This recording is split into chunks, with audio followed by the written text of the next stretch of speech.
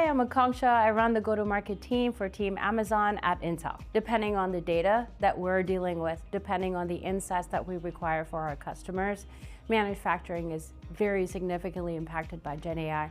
Models are necessary, data management is necessary, and us coming together with the right platforms to make that happen is super necessary.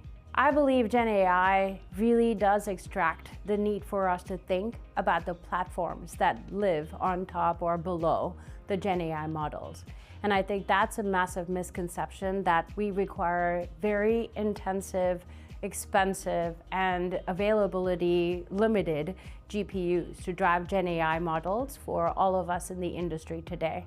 And I think busting that myth by saying that we can do them on CPUs, especially from the world that we're coming on with an Intel, is very significant and will drive a performance as well as a cost benefit to our customers if they start thinking in those terms. AWS builds and customizes our silicon for it to power EC2. So we'd love to see how AWS's AI services like Bedrock, like Nova, like QBuilder really leverage the CPU benefit of GenAI for our customers.